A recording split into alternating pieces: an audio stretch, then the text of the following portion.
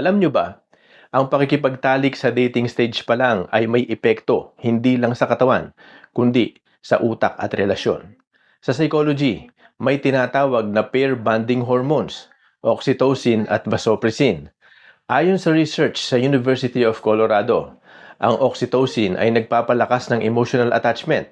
Kapag nauna ang intimacy bago ang malinaw na compatibility, pwedeng mauna ang attachment kaysa commitment. Sa pag-aaral ng National Marriage Project, ipinakita na ang mga relasyong nagsimula sa maagang sexual involvement ay may mas mataas na posibilidad ng lower marital quality kumpara sa mga naghintay. Sa Pilipinas, ayon sa Philippine Statistics Authority, mataas pa rin ang bilang ng teenage at non-marital births. Marami rito ay hindi planado. Kapag emosyon ang nauuna kaysa responsibilidad, mas tumataas ang risk ng emotional stress at komplikasyon. Ngayon, isipin mo ito.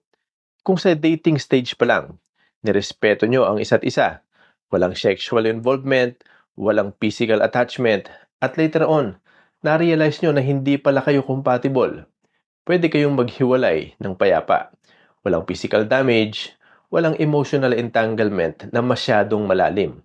Walang trauma na kailangang dalhin sa susunod na relasyon.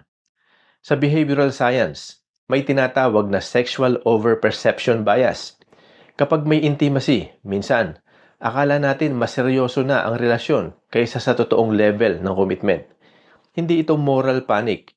Ito ay tungkol sa responsibility. Dahil ang sex ay hindi lang basta pleasure.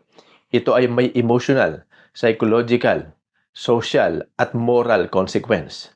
Ang tunay na pagmamahal, kayang maghintay, at ang tunay na commitment, may kasamang pananagutan.